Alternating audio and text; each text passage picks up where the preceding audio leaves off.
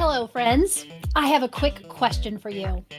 When are your best times for thinking? When are your best times for thinking?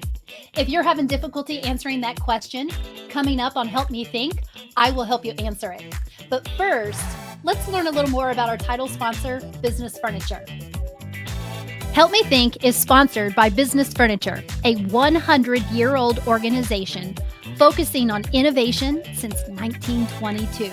That's right, you heard me correctly.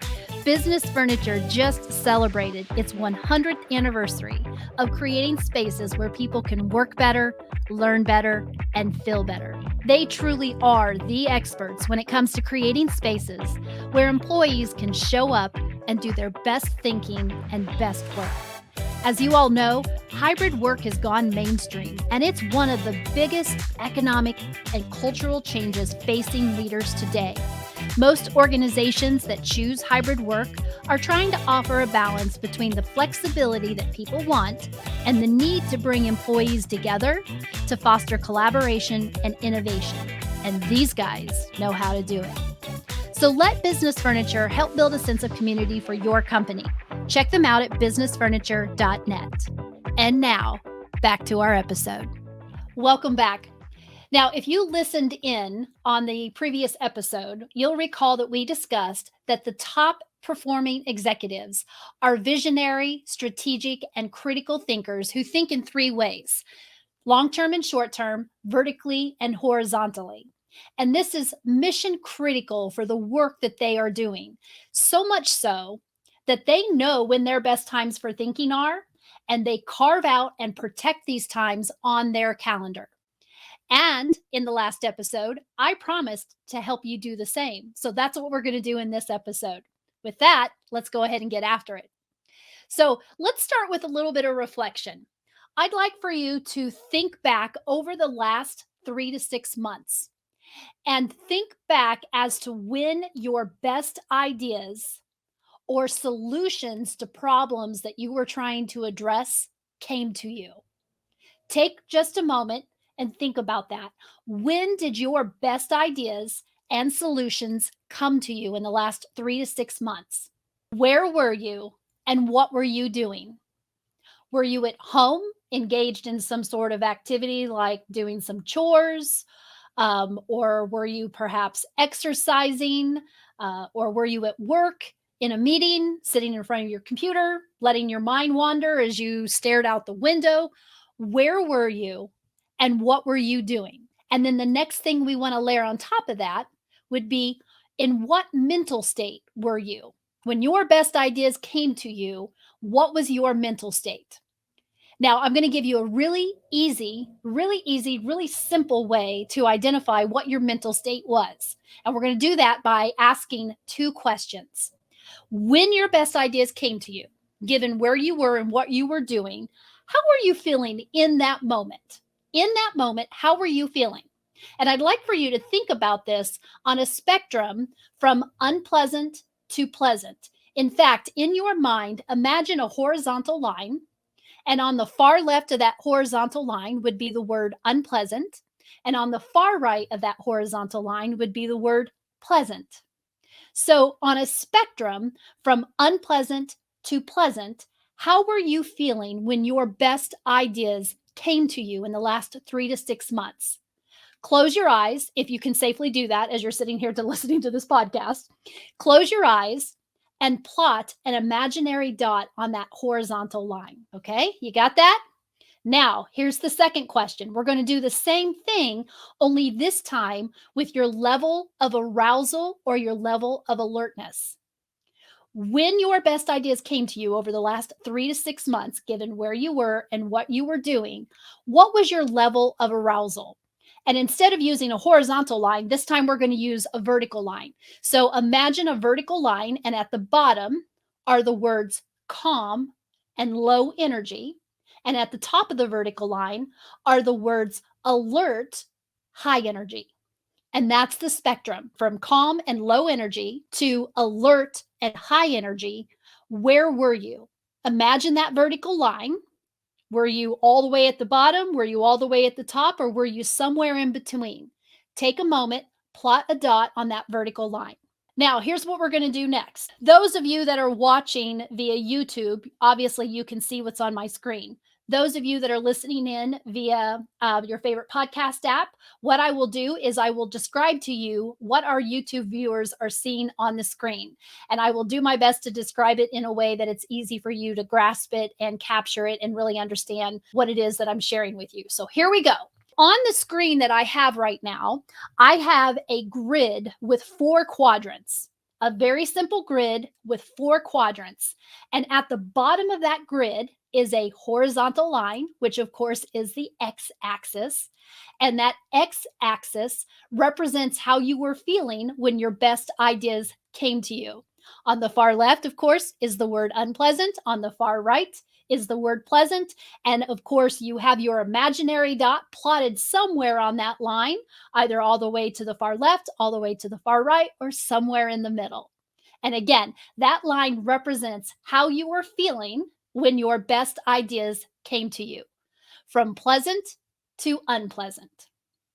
Now, also on this grid, we have the y-axis, which is off to the left. And that y-axis, of course, is the vertical line that represents your level of arousal or alertness. And again, at the bottom of that vertical line would be calm, low energy.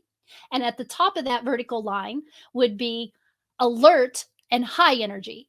And again, you plotted your dot somewhere on that line to represent what you assessed as your level of alertness or your level of arousal or your level of energy when your best ideas came to you over the last 3 to 6 months.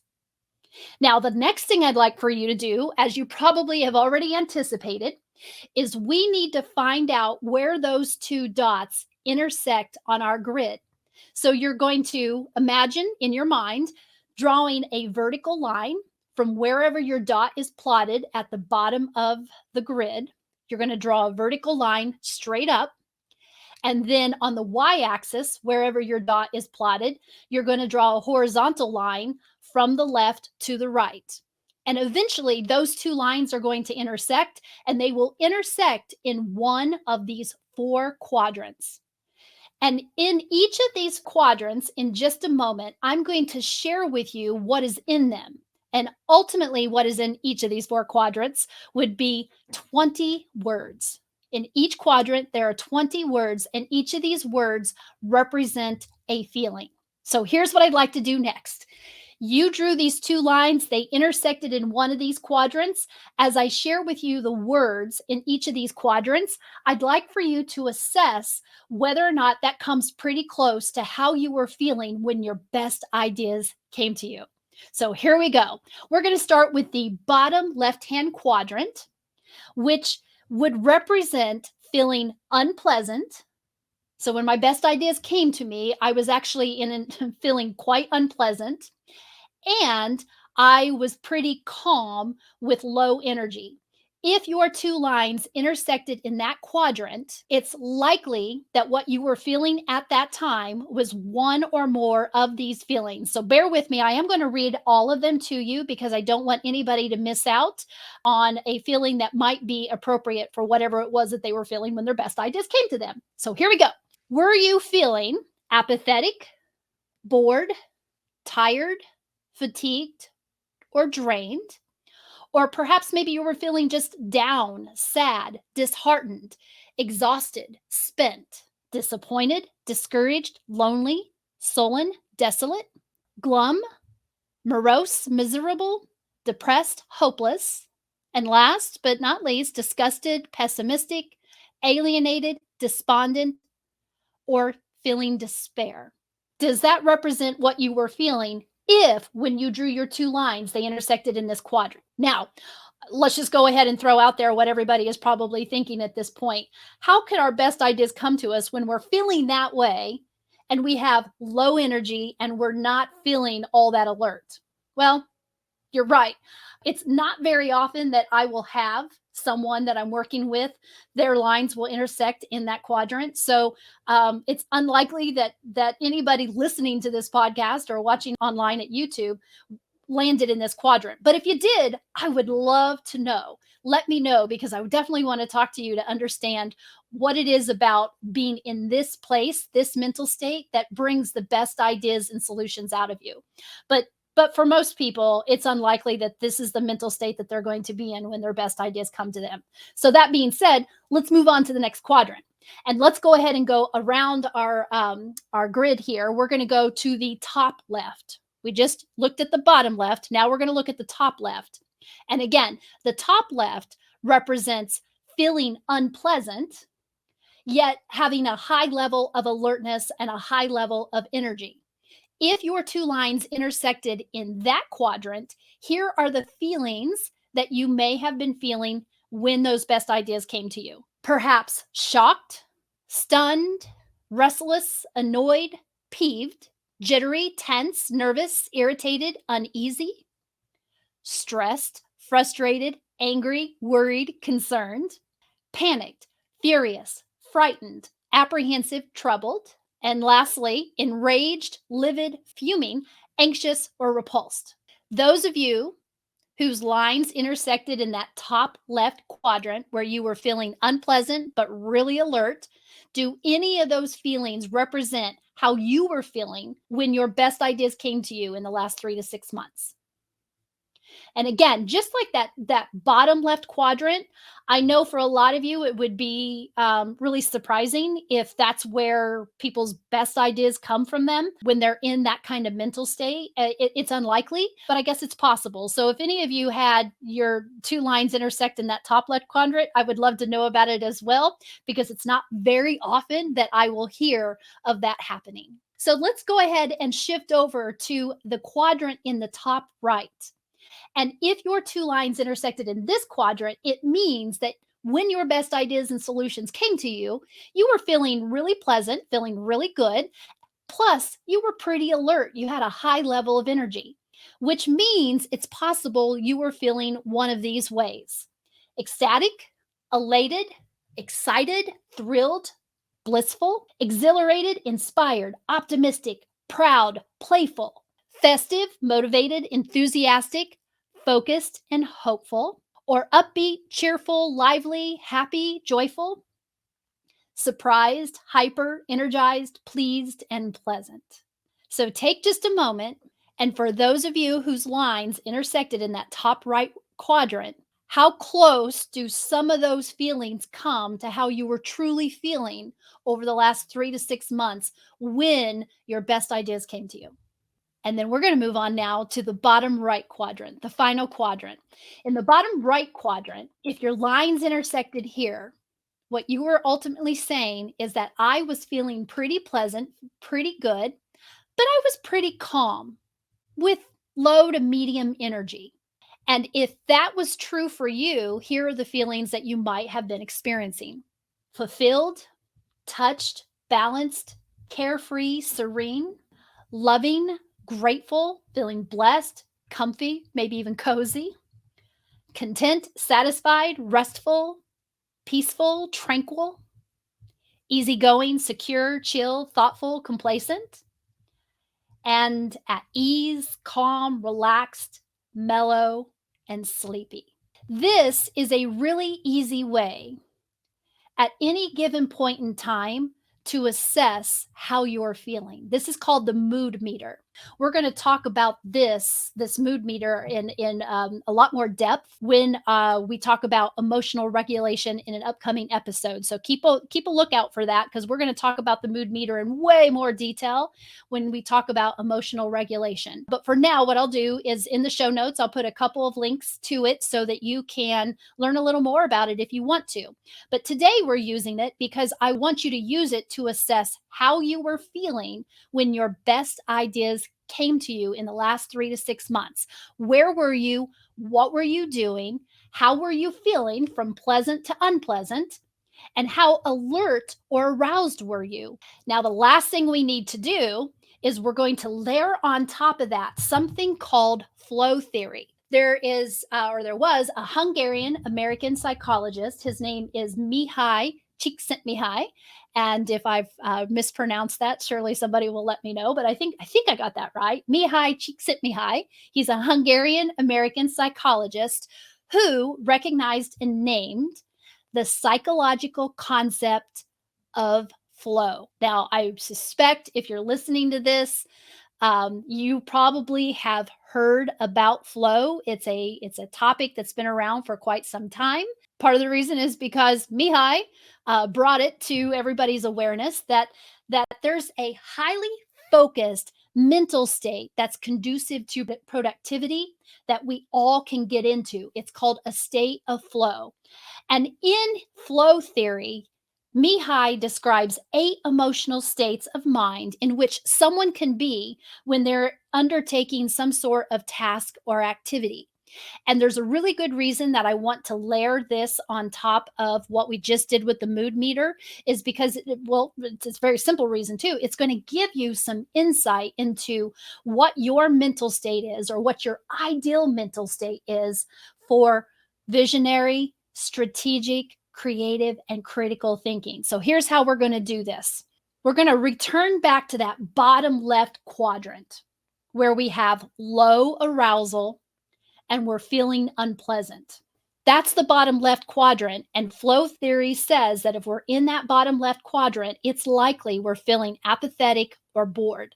So when we're feeling apathetic or we're bored or we're feeling a sense of indifference, it's not really an ideal state to be in when we're really trying to get into a state of thinking that's going to allow us to come up with solutions to the problems that we're trying to address or creative ideas for how to handle situations or to move forward.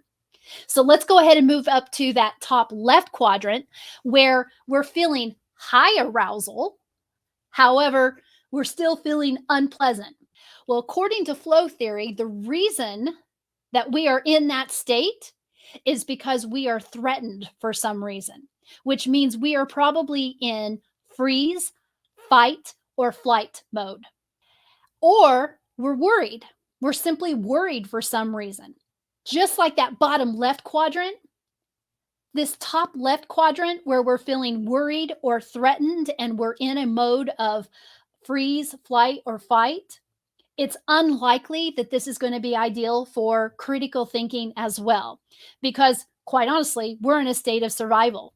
We're struggling. Something externally is going on and we're having to deal with it. That's why our arousal level is high. That's why our energy level is high, but we're not feeling so good. It's not an ideal state for critical, visionary, strategic thinking, which now takes us to the top right quadrant. The top right quadrant, as a reminder, is where we're feeling really aroused and we're feeling pretty pleasant. So we're feeling pretty good, we're feeling alert, and our energy level is high and we're rocking and rolling. Well, according to flow theory, the mental state that we're in is either a ramped up, high arousal mental state or a flow state. When we hear about people being in the zone, their energy level is high, they're feeling really alert, and they're feeling really good. Flow is simply this. Flow is a peak performance state where you're feeling your best and you're able to do your best work. It's a mental state of intense concentration and complete immersion in an engaging activity. Again, I want to say that again. It is a mental state of intense concentration and complete immersion in an engaging activity, an activity that we find engaging. When we are in flow, when we are in the zone, it is really easy to lose track of time and space because we're experiencing great enjoyment and inner peace. And lastly, it's likely that whatever we're engaged in is challenging enough to push us and to test our skills. So now the question becomes is this flow state of elegant and effortless movement a good state to be in for visionary, critical, strategic, and creative thinking? Is this a good state to be in? The answer is possibly. Possibly. And here's why. The guys over at flowgenomeproject.com. I don't know these guys, but I've read up on their work. I've taken their assessment. Other than that, I have no affiliation with them. But the guys over at Flow Genome Project have identified 4 flow profiles, and they now have an assessment that you can take to identify which of these flow profiles you fall into. So the 4 are these: crowd pleaser, flow goer, hard charger, and deep thinker. I'll say those again for those of you that are listening in via podcast app here. Crowd pleaser, flow goer, hard charger, and deep thinker. Now, in the show notes, I'll put a link to this assessment if you're interested in going over and taking this free assessment to determine what your flow profile is. And the reason I'm bringing it up today in this episode is, as you can imagine, that final flow profile of deep thinker. For a certain portion of the population, their flow is one of deep thinking. And here's how the guys over at Flow Genome Project describe it. Your flow dream state consists of you, yourself, and you getting finally uninterrupted time to do what you love most. You tend to seek flow through creative, reflective, often soothingly repetitive work that lets your mind wander, lets your nervous system relax deeply, and lets your muse come through with something delightful. Now, when I took the assessment, surprise, surprise, or not much of a surprise, depending on how you want to look at it, my flow profile is in fact deep thinking. I can sit for hours and just let myself and my mind wander. And I can look up 5, 6 hours later and think, oh my goodness, look at the time that has passed. I just can get so engaged in deep thinking that I enjoy it so immensely, and that time just kind of passes by. But when I'm done and I'm out of that flow, I have a lot of things to show for it. Sure, I didn't get a whole lot of action items actually done, but a lot of times when I'm in that flow state, that my best ideas are coming out, and I'm making sure that I'm capturing them, or I'm really thinking critically through challenges that I'm trying to help clients think through, or perhaps I'm thinking critically about opportunities that sit in front of me or my clients. And when I'm out of that flow state, I have just pushed my mind beyond where it was when I first started. And I'm farther down the path to either getting to a solution, or I have actually gotten to a solution. That's why I just love deep thinking. And that's why I can lose track of time when I'm engaged in it. So for those of you whose lines intersected on the mood meter in the top right hand corner, I'm wondering if your flow state is deep thinking as well. Now, only you can answer that, but now you have an opportunity to continue to observe yourself over the next 3 to 6 months and to ask yourself, when I get into a flow and I am really feeling my best and doing my best work, am I engaged in deep thinking? And you can go over to Flow Genome Project and take the assessment as well. And again, the link will be in the show notes. So that's something to consider. Now, for those of you whose lines did not intersect in that top right-hand corner, chances are this is not a good mental state for you to be in for deep thinking, for critical thinking, visionary thinking, or strategic thinking, because your flow is one of action. It's one of movement. It's one of actually getting things done. Maybe your flow state is the crowd pleaser state, where you get into the flow when we're actually with other people and engaged in activities with other people. And that's unlikely to be conducive to, the kind of thinking that is necessary when we're trying to be visionary and strategic and creative. But it's possible. I contend that unless you are a deep thinker, you get into that flow state of deep thinking, it's really unlikely that that top left quadrant, where you're really alert, high energy, and feeling good, is going to be your best time for thinking.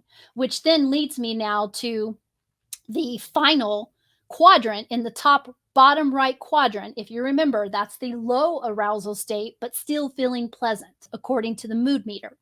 And when we layer flow theory on top of that, what we see is that when we are in that bottom right corner, we are in a mental state that is what we call a low tension emotional state. A low tension emotional state. We are feeling very relaxed. We're feeling very in control. And that is when we are engaged in mindful execution, which is an ideal cognitive state for exploration, learning, and growth. Now, the question becomes, why is that? Why is that, Starla? And I think it's a really good question, because typically when I ask people to try to guess which of these four quadrants would be ideal for doing your best thinking, almost everybody pops up into that top right quadrant, because we think, oh, well, we should be feeling good and we should have lots of energy. But that's not necessarily true. If we are wanting to do our best thinking, sometimes it's best to be able to bring our energy level down to get into a more calm, peaceful, rested state where we can allow our mind to wander. Now, just a second, just take a second and think about how you answered my first question. My first question was, over the last 3 to 6 months, when did your best ideas come to you? Where were you and what were you doing? How many of you answered with answers like this? Well, quite honestly, Starla, my best thoughts come to me when I'm exercising. Maybe you're at the gym on the elliptical. Maybe you're lifting weights. Maybe you're outside running. You're engaged in some sort of physical activity. And that's when your best ideas come to you. How many of you said, sometimes my best ideas come to me when I'm in the shower? I know that's true for me. When my husband and I first started dating, he was so surprised when he would see me come barreling out of the shower, soaking wet, towel wrapped around me. And I would come barreling out of the shower and I would go run into my office. And it was because an answer to a question that I have been trying to work through finally came to me when I was in the shower, and I didn't want to lose that answer. So I would have to run to my office and write it down. Or I would finally figure out how I wanted to say something, maybe during a presentation or just in working with a client. And I wanted to make sure I captured those words. So I would come running out of the shower. Now he thinks nothing of it, right? He knows exactly what I'm doing. She's in the shower, her mind is relaxed, and all the answers are coming to her. And now she's got to get to her office and make sure she captures them. Now, how many of you said, well, doing chores around the house? When I'm just doing chores around the house, maybe I'm cleaning or doing some yard work. That's really my best thinking time. If any of you answered that way, there's a reason for it. And it's because you were probably in this relaxed mental state where you're just calm. Your energy level isn't too terribly high. Now it's not all the way on the ground, but your energy level is just kind of low to medium, but you're feeling good. You're feeling pleasant. And that is the best place in most times for your mind to do its best thinking. There's something called theta. When we drift asleep at night and when we wake up in the morning, our brain is in what we call a theta state. And theta is simply a mid length pattern that's associated with daydreaming.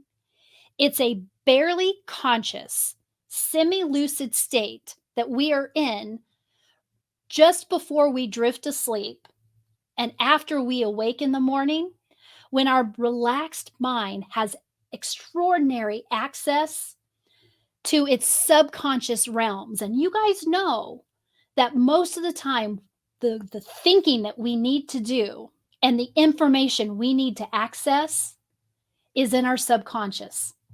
That's why people say sleep on it, right? When we go to bed at night, or like we're dealing with something difficult and we have a coach or a friend or a colleague that says, you know what, stop thinking about it and just sleep on it, because in the morning your answers will probably be there. This is why.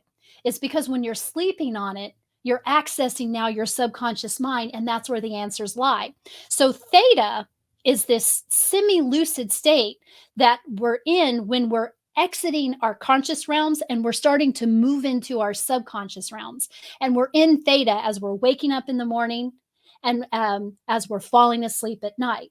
And in theta is a brief period of creativity and insight that is most capable of profound learning, healing, and growth. And so, what we know is that when we're mowing the lawn or we're engaged in exercise or we're brushing our teeth or we're driving to work or we're driving somewhere, we can get into a daydreaming state that is very similar or somewhat close to theta. And that daydreaming state, when we're in it, we are accessing our subconscious realm. Hopefully that makes sense. If not, of course, you guys know you have the option to go online to the website, starlawest.com/podcast, to ask your questions because I know that this is somewhat of a difficult thing to share, especially in a podcast. When if you're just listening on your podcast app and you're not watching on YouTube, you can't even see the visuals. But hopefully, I've explained it enough that helps you understand why when we look at these four quadrants, the top right and the bottom right are going to be most ideal for engaging in creative thinking. So now the question becomes, what do you want me to do with all of this, Starla? Which is a great question. So I asked you, when do your best ideas and solutions come to you? Where are you? What are you doing? What are you feeling? And lastly, how alert are you? That's what I asked you. And then we used the mood meter and we combined it with flow theory to identify what your mental state might be when your best ideas come to you. For some of you, or for most of you, I would say that you're either going to be in a ramped up, aroused mental state, a state of flow where you're in the zone, or you're in a state of control of mindful execution, or you're in a very relaxed, low tension emotional state. But what's most important is that you know what's ideal for you. And the easiest way to do that, the easiest way to answer that is to go through those questions that I just asked.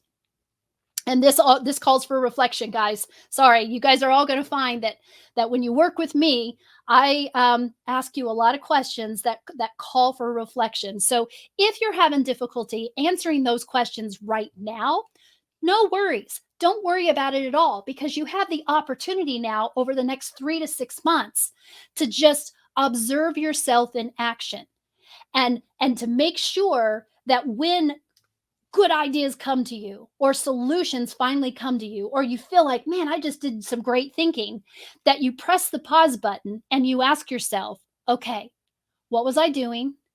Where was I? How was I feeling? And how alert was I? Because once you start to recognize those patterns of when and where your best ideas come to you and in what mental state you are in, the next thing you can do is you can reflect on, how do I build more of this into my calendar? Top performing executives can tell you when throughout the week their best thinking times are. They can tell you what time of day their best thinking times are. They can tell you where, like the location. Is it at home? Is it at work? Is it when I'm in the car driving? Is it when I'm at the gym exercising? They know when and where they can do their best thinking. And then they get it on their calendar and they protect it with their life.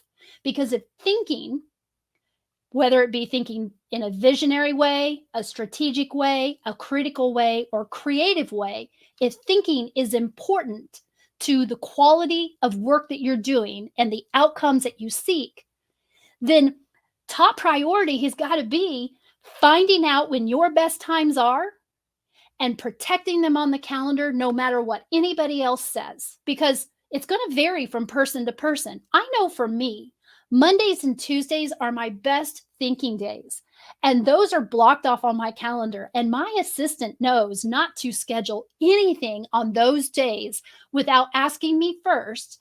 And the only time she's supposed to ask me if she can schedule anything on those days is if it's for a client or if it's for a prospective client.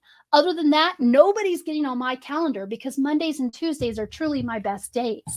And really, my best thinking time is when I'm working out, which is why I prioritize that and I make sure that gets done every day throughout the week, because I know out of that exercise is not only going to be improved mental health and physical health, but the byproduct of it is going to be the opportunity to think through the things that I know I need to think through or work through in order to, do my best work for my clients on a daily basis.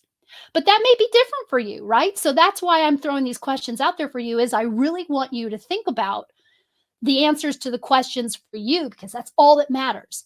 What are the answers for you? And then how do you start building more of this into your computer into your calendar, and you start protecting it? Now, the last thing you also want to think about is, when I'm engaged in this really productive thinking time, what mechanisms are in place to make sure I'm capturing all the good that's coming out of that thinking time? As you heard me say earlier, when I'm in the shower, I used to go running to my office to get pen and paper. But now what I've gotten used to doing is keeping pen and paper in the restroom with me, so that when I can jump out of the shower, I don't have to go running through the house. Now I can just jump out of the shower and make my notes there. Or when I'm exercising, I make sure I have my phone with me. Excuse me, because I don't want to stop and write anything down. But due to wonderful technology that we have available today, I can just talk into my phone and voice record everything that's coming out of my thinking.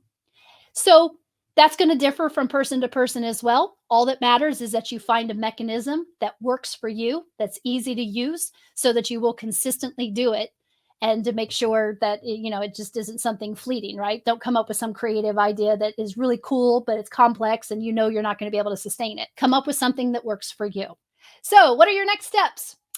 Go to starlawest.com/podcast. And on the page for this particular episode, make sure you share with me your feedback. Ask your questions.